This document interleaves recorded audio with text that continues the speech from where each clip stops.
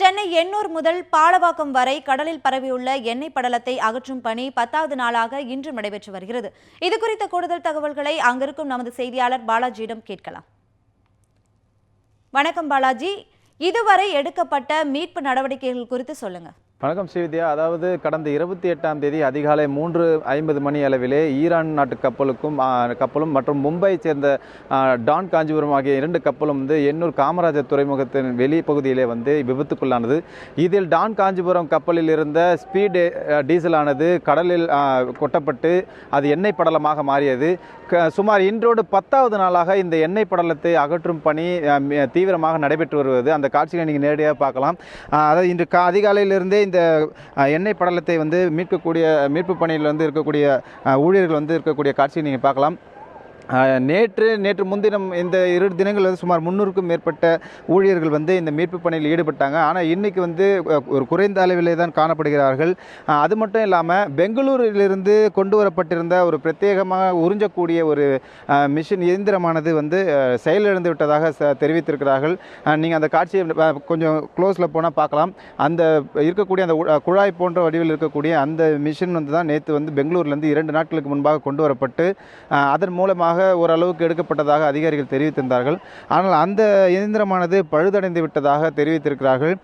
தற்போதுள்ள சூழலில் மீண்டும் வாளிகள் மூலமாகவே இந்த பணியை மீண்டும் மேற்கொள்ளக்கூடிய ஒரு சூழல் ஏற்பட்டிருக்கிறது.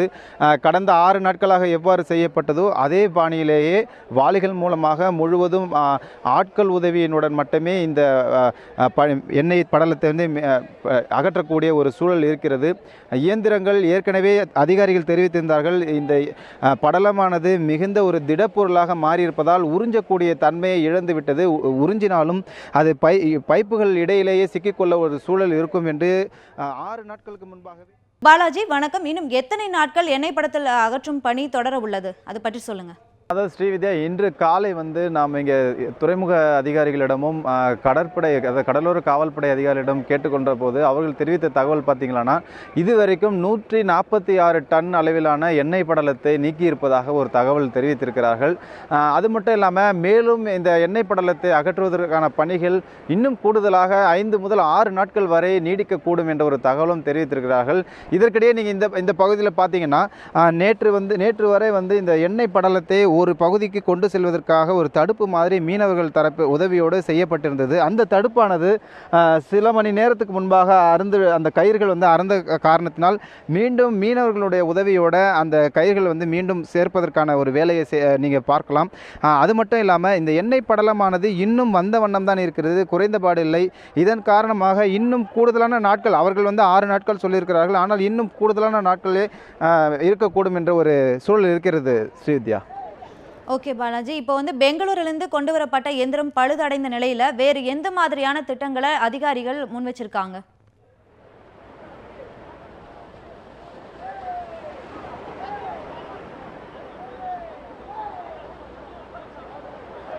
ஏற்கனவே சொன்னது மாதிரி தான், அதாவது தற்பொழுது இருக்கக்கூடிய அந்த சூழலில் இந்த எண்ணெய் படலத்தை இழுவதற்கான எந்த வாய்ப்பும் இல்லை என்று அதிகாரிகள் தெரிவித்திருந்தார்கள். இருந்தாலும் ஒரு முயற்சியாக ஏதாவது செய்யலாம் என்பதற்காகத்தான் பெங்களூரிலிருந்தே இந்த இயந்திரமானது கொண்டு வரப்பட்டது.